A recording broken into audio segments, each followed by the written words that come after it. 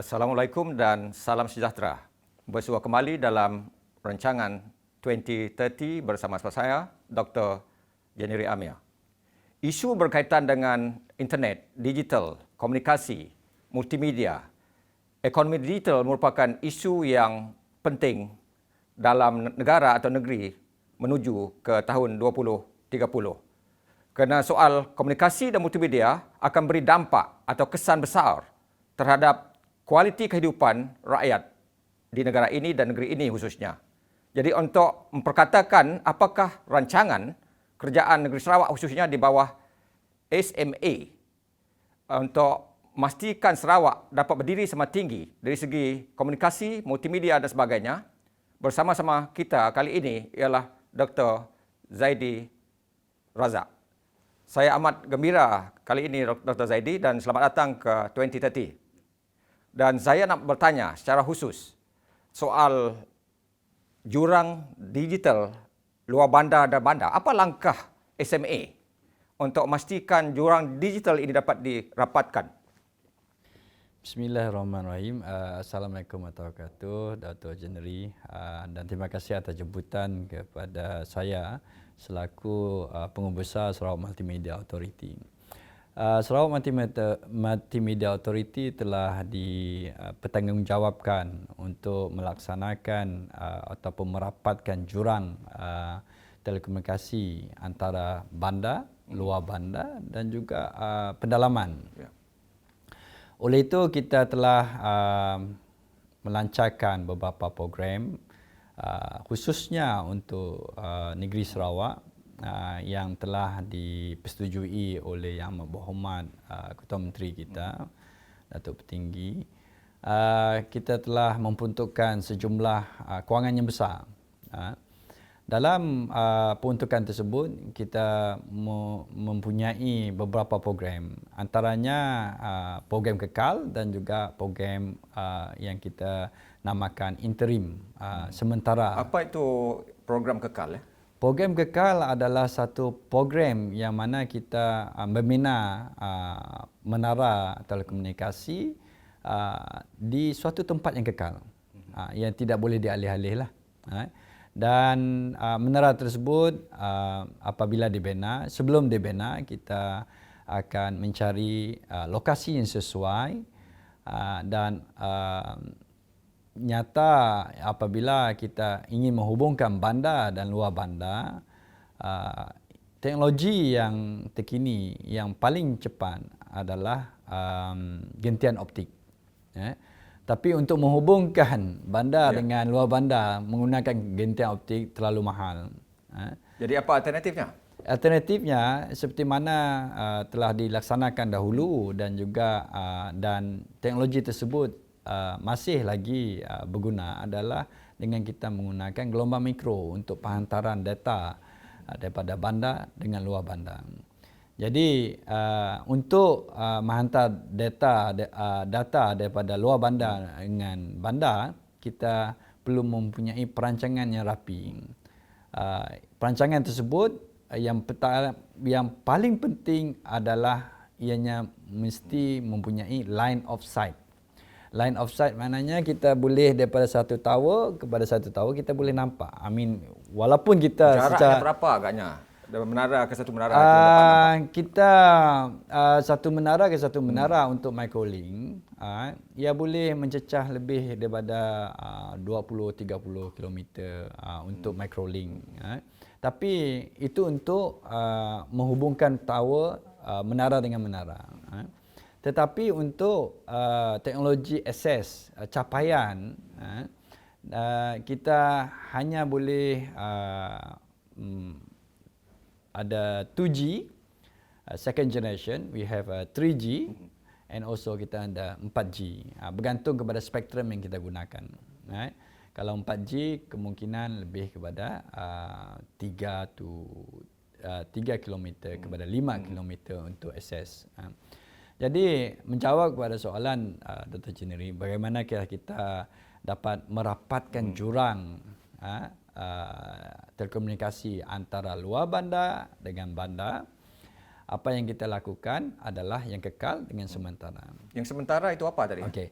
Yang sementara kita telah melancarkan 3 inisiatif. 3 inisiatif dong.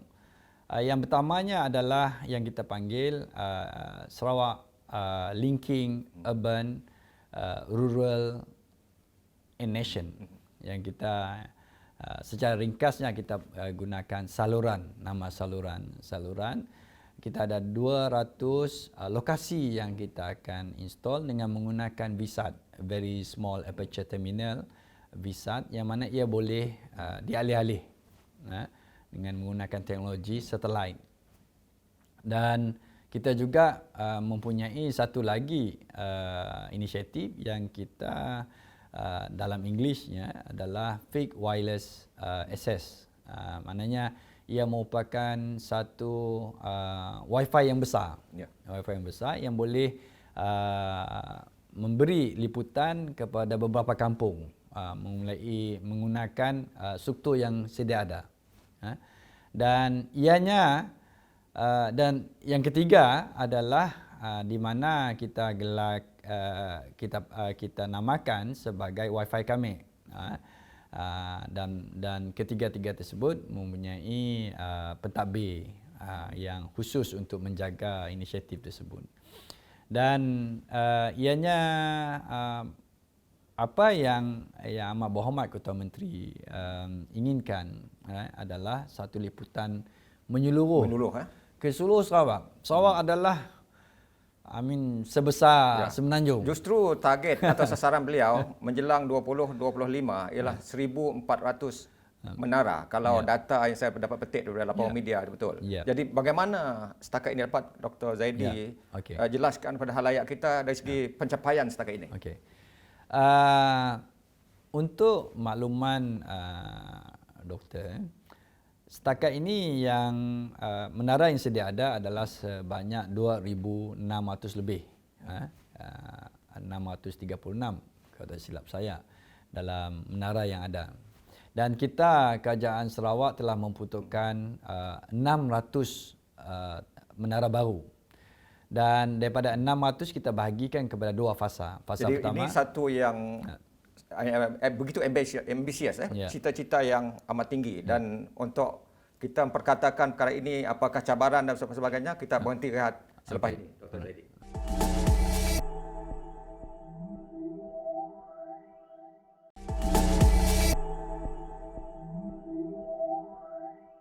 Baik, Dr. Zaidi, sebelum kita berhenti rehat tadi, kita memperkatakan soal impian besar yang begitu ambisius oleh Kerajaan Negeri Sarawak untuk merapatkan jurang digital antara luar bandar dengan bandar. Justru kerajaan berusaha untuk membina sekitar 1,400 menara telokasi menjelang 2025.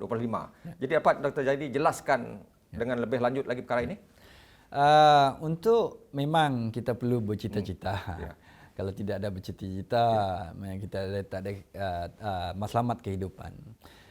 Justru dalam perancangan kita mempunyai perancangan yang kukuh dengan adanya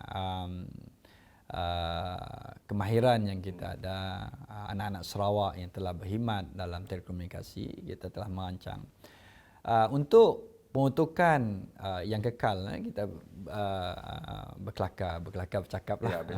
1,400 menara baru. 300 yang pertama kita telah melaksanakan dalam 250 lebih tower yang kita telah didirikan. Di mana itu ya? Keseluruhan kebanyakan adalah yang kita panggil suburban, luar bandar, dan ada yang a bit rural area, contohnya? Pedalaman. Macam di Luban Ulu sekarang ni tengah dah on air, telah memberi servis di Betung, salah satu kawasan yang kita ada. Ianya of course challenges yang kita hadapi. Orang kampung bertengkar sama orang fikir membina menara seperti membina tiang begitu saja. Apa sebenarnya cabaran atau proses yang perlu dilalui, Dr. Zaidi? Proses yang pertama, kita perlu ada desktop planning, perangkaan ataupun perancangan yang kita menggunakan platform GIS. GIS is a Geographical Information System seperti macam Google Earth, Map Info. Dan kita membuat satu perancangan yang rapi di mana seperti mana yang saya katakan tadi adalah daripada tower yang baru kepada tower yang sedia ada, ini dapat dihubungkan untuk menghantar balik data kepada ISP, Internet Service Provider, untuk yang akses capaian tadi boleh melayari internet ataupun membuat panggilan. Jadi kita menggunakan desktop planning. Of course dalam desktop planning kita akan melihat cerun bukit di mana, and untuk menara itu strategik, kita perlu meletakkan menara itu di tempat yang tinggi supaya seperti mana yang katakan tadi adalah line of sight, di mana tower-tower yang baru yang kita bina boleh melihat tower yang kita akan bina sekarang dan pada masa akan datang juga. Dan strategik, tempat yang strategik ini merupakan yang kita panggil become a collector. Tower-tower banyak berhubung dan boleh mempunyai satu kolektor yang strategik. Dan of course kita hanya melihat di segi desktop planning. Yang sebenarnya berlaku di bawah apa ada masalah ataupun kekangan yang dihadapi. Apabila kita pergi ke rural, ke tempat yang kita telah kenal pasti, bentuk muka bumi ini akan berubah. Bukan seperti yang dalam gambaran dari atas kertas ataupun atas desktop. Kertas, kadang-kadang kita pergi niat-niat bukit dah, saya ada bukit lagi dah. Saya ada bukit lagi ataupun tanahnya sesuai. Alright. Kemungkinan tanahnya adalah tanah payak.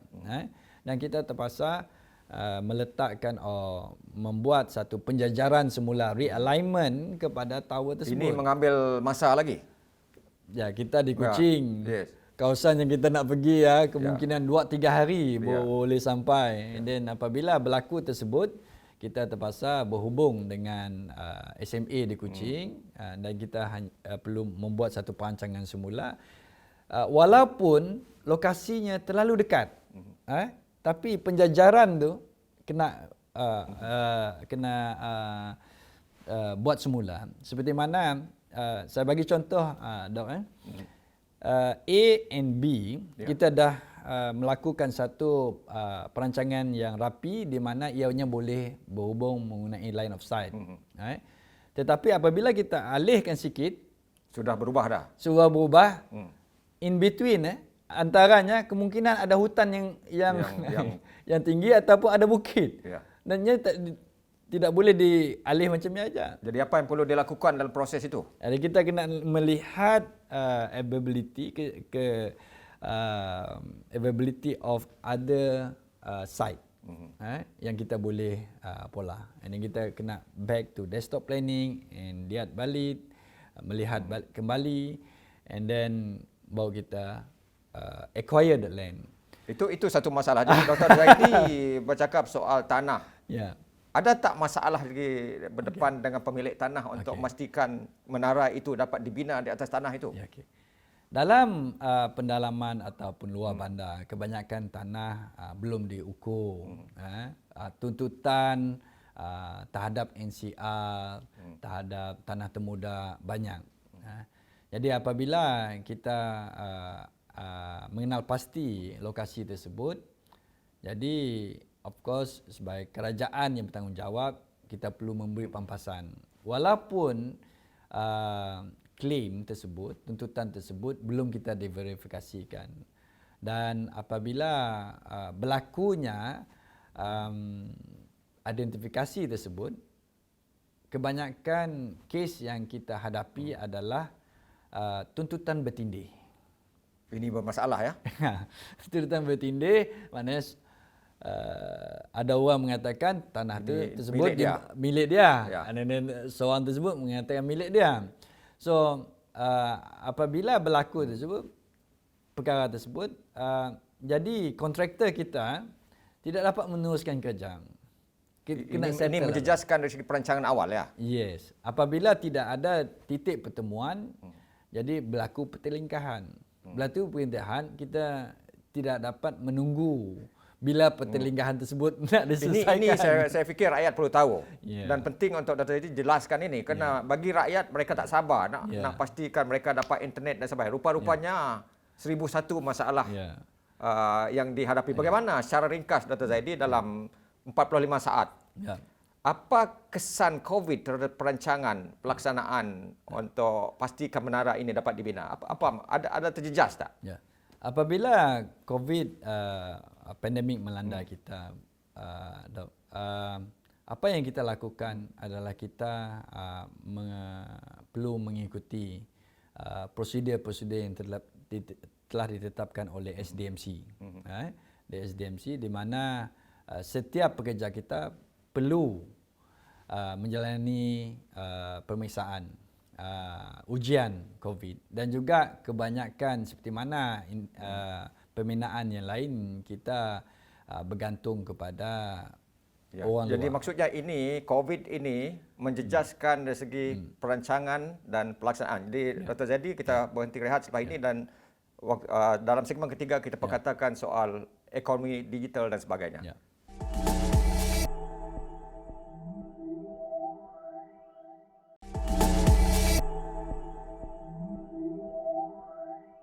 Bersama tetamu kita pada hari ini adalah Dr. Zaidi Razak, pengurus besar SMA. Jadi Dr. Zaidi, sebelum rehat kita ada mengupas soal cabaran, soal masalah dan sebagainya. Soal tanah dapat terus lanjutkan perbincangan ini. Dalam soal tanah yang tadi kita mengatakan tentang pemilikan tanah. Ya, sekarang ini apabila kita dah mengenal pasti lokasi, cara kita nak pergi ke lokasi tersebut. Banyak kes yang kita jumpa adalah katakanlah yang lokasi tersebut adalah second lot. Lot kedua ia di atas bukit. Lot pertama dimiliki oleh orang lain. Jadi lot pertama si mau atau tidak mau memberi akses kepada kita. Ya, Dan mengenakan macam tol lah. macam tol. Ya. Ya. So Bagaimana cara selesaikan ini? cara selesai perbincangan,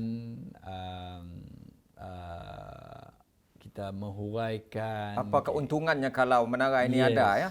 Kita memberi penerangan kepada mereka. Menara tersebut adalah menara yang kekal dan ianya memberi kebaikan dalam masa jangka yang panjang. Apa kebaikannya?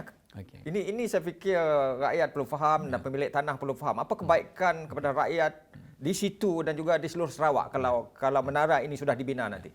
Kebaikannya terlalu banyak. Yang pertama menghubungkan kita kepada dunia luar.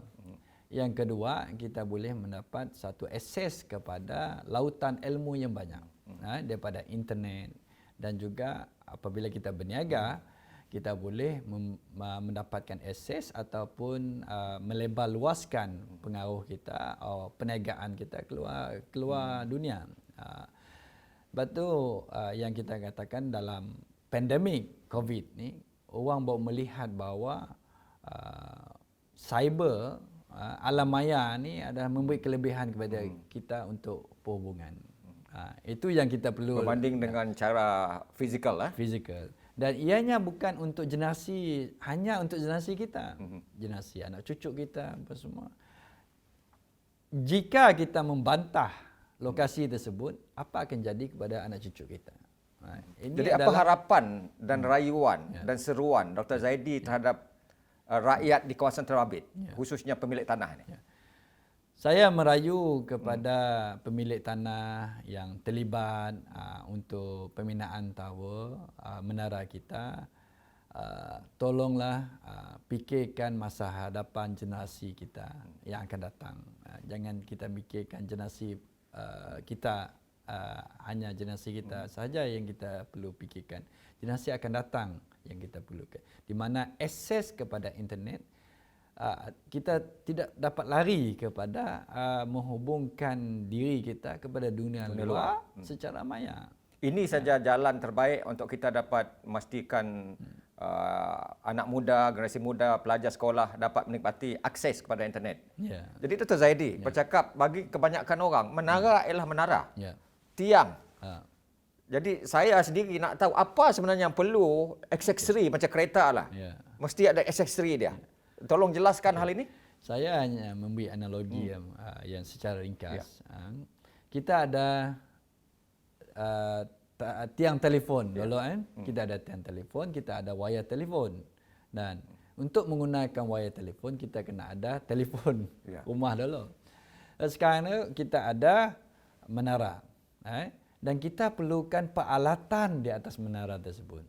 Dan saya amat prihatin untuk kita meletakkan perkakasan tersebut di menara tersebut. Kita juga perlu melalui proses procurement, pengolehan kerajaan. Tender dan sebagainya terbuka. Tender terbuka yang selalu ditekankan oleh Yang Amat Berhormat Ketua Menteri kita supaya ada accountability. Dan untuk membuat tender tersebut perlu melalui proses spesifikasi, engagement dengan vendor, pengeluar dan juga pemain taruh kita di state. Dan antara pemain taruhnya apa? Macam Celcom, Digi, Maxis, U-Mobile merupakan pemain taruh yang besar di negara kita. Dan bagaimana perkakasan tersebut boleh menyediakan satu platform kepada mereka untuk memberikan servis perkhidmatan. Baik, kembali kepada soalan saya tadi. Di atas tiang tu apa yang aksesori kemudahan-kemudahan yang perlu ada di situ? Yang dipanggil sebagai kuali dan sebagainya disebut oleh Ketua Menteri itu. Mesti ada antena. Alright, antena supaya apabila kita on telefon kita ada net signal. Alright, dari segi antena. Baik. Another equipment yang perlu ada adalah antara tower dengan tower. There is a kuali yang kita ada. Kuali untuk berhubung antara tower supaya apabila kita melayari internet daripada telefon kita, permintaan daripada telefon kita secara digitalnya akan disalurkan kepada menara yang lain. Supaya menara yang lain ini untuk boleh menghantar data itu kepada internet service provider. Dan apabila permintaan tersebut telah ditunaikan dan barunya tindak balas ataupun maklum balas daripada ISP pergi kepada telefon kita. So, di tower tersebut kita ada power generator, kita ada what we call is base terminal station, BTS, kita ada antena, kita ada microwave tadi ya. Jadi dalam keadaan yang biasa, yang tidak ada masalah, untuk membina menara itu sampai kemudahan peralatan itu semua ada, berapa lama agaknya selesai? Jika kita dibenarkan untuk tidak mengikut procurement kerajaan, sebab apa yang kita pelajari procurement kerajaan adalah untuk accountability. Kita tidak juga mau dituduh menyeleweng. Right. Untuk katakanlah doktor nak benarkan satu menara sampai siap. Desktop planning mungkin mengambil masa dalam 1 minggu. Itu kita jelaskan untuk satu tower je, bukannya keseluruhan network kita, keseluruhan rangkaian kita yang tower ya dah ada. Dah sedia ada dan lokasi sedia ada. Untuk kita membina tower dari segi proses untuk membuat dasarnya adalah lebih kurang dalam 2 minggu. 2 minggu. Jadi maksudnya 2 minggu untuk dasar itu 2 minggu untuk dasar saja dan prosesnya nampak kompleks. Jadi Dr. Zaidi, kita berhenti rehat untuk seketika dan kita jumpa lagi selepas rehat.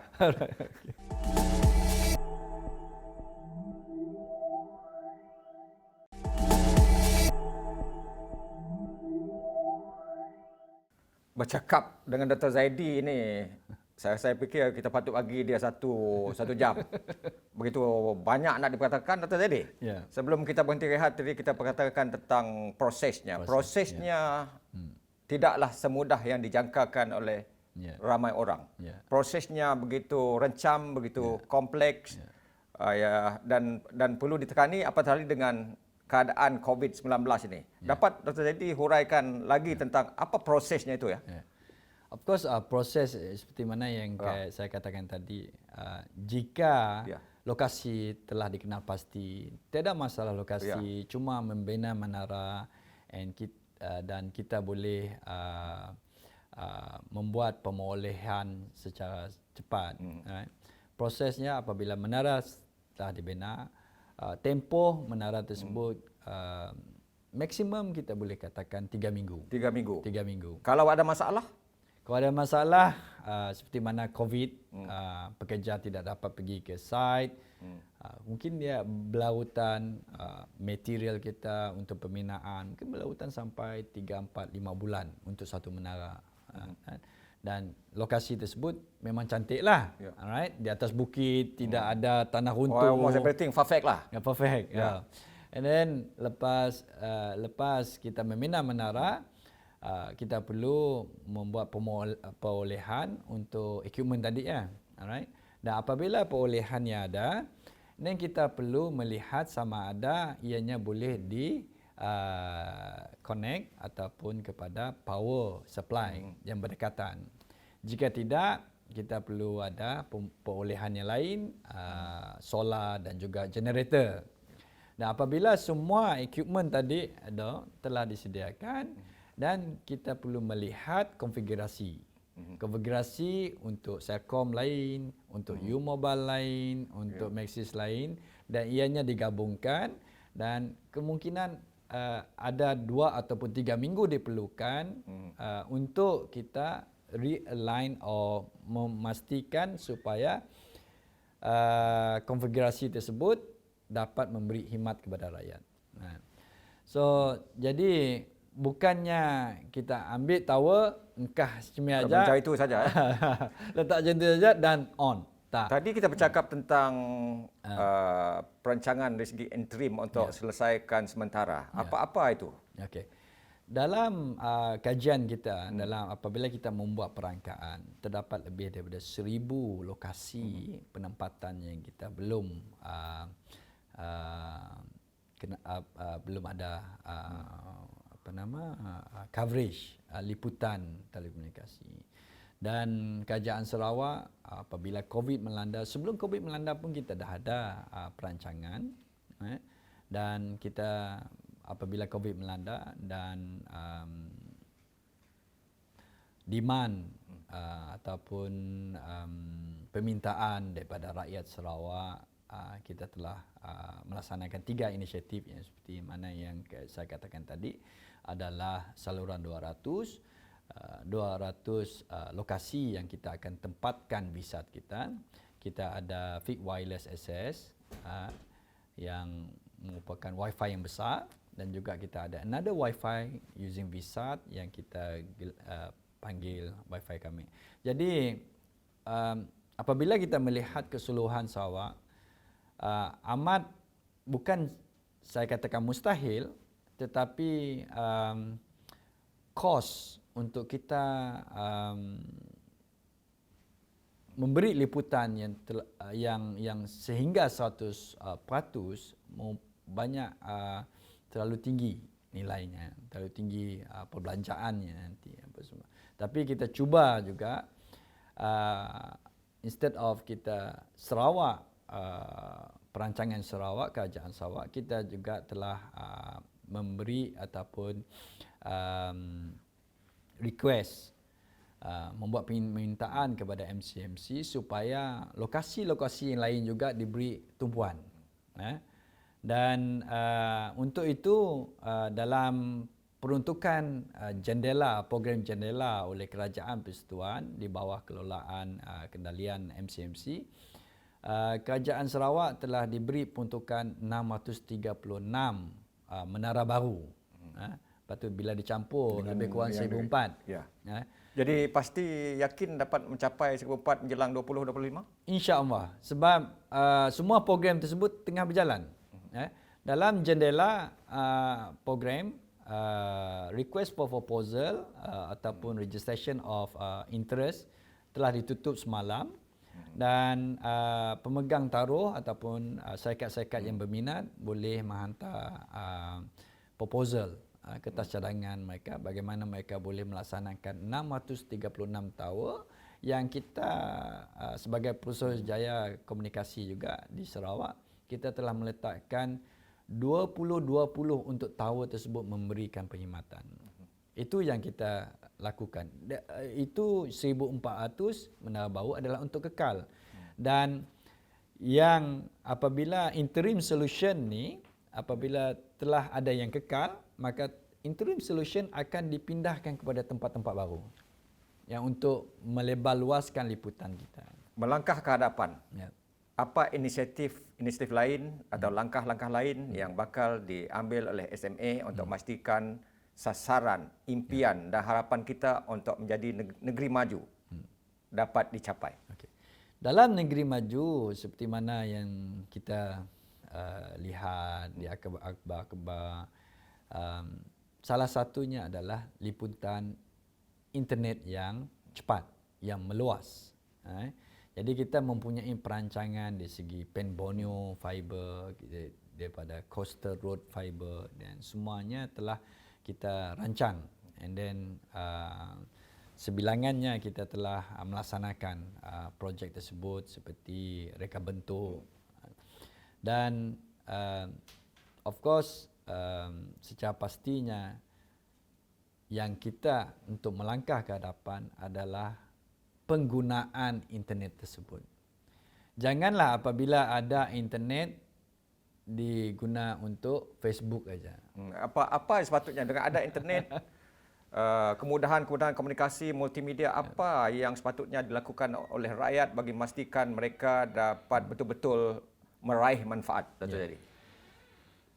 Gunakan internet tersebut sepenuhnya seperti mana untuk mencari ilmu. Bagi pelajar, kita boleh terlibat dalam PDPR, pembelajaran atas talian. Bagi pelajar universiti, kita boleh melihat banyak-banyak jurnal, alright, yang boleh kita akses melalui internet.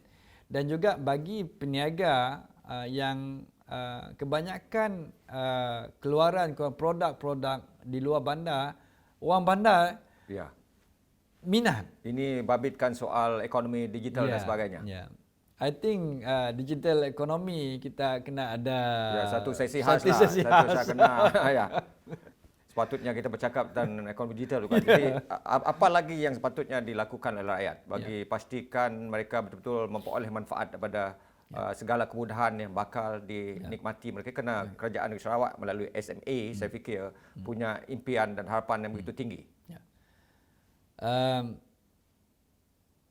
Pengetahuan adalah kunci kepada kejayaan. Itu yang saya believe, percaya selama ini.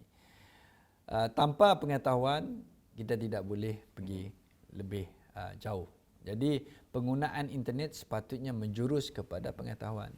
Walaupun kita berborak dalam WhatsApp, kita boleh akses dalam WhatsApp. Gunakan WhatsApp tersebut untuk pengetahuan, bukannya untuk membawang. Dan kita harap apabila fasiliti-fasiliti ini diadakan di luar bandar, jangan vandalize.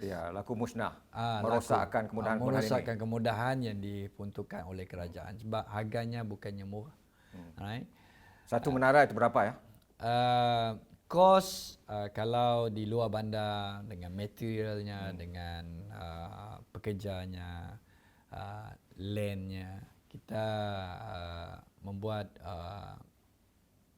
perbandingan dalam lebih kurang 2 juta untuk 2 juta. Physical, operation dan juga installation. Baik, Dr. Zaidi. Dalam 1.5 saat sebagai pengurus besar SMA, Sarawak yang bermana yang Dr. Zaidi harapkan, impikan dalam 10 atau 9 tahun akan datang menjelang 2030? Ringkas, secara ringkas. Kita, apa yang kita harapkan, seperti mana yang diutarakan oleh Yang Amat Berhormat Ketua Menteri, kita merupakan pakar rujuk kepada negeri-negeri lain. Kita menetapkan benchmark yang tinggi. Benchmark yang tinggi, yang mana kita dalam 5 atau 10 tahun bukan setakat kepada negeri-negeri lain di Malaysia, tetapi kemungkinan besar merupakan pakar rujuk kepada negara-negara di Asia. Baik, Dr. Zaidi. Menarik sekali perbincangan apa boleh buat. Kita ada waktu yang begitu singkat. Jadi kita nak jemput Dr. Zaidi lagi selepas ini. Jadi para penonton sekian, soal internet, digital adalah soal yang akan menentukan masa depan negara. Maju mundurnya negara negeri Sarawak sebenarnya juga bergantung pada sejauh mana kita dapat memberi kemudahan dari segi komunikasi, multimedia dan sebagainya kepada rakyat negeri. Dan saya percaya bahawa melalui SMA kita akan dapat merealisasikan impian itu. Jadi penonton sekalian, sehingga jumpa lagi minggu depan. Salam hormat.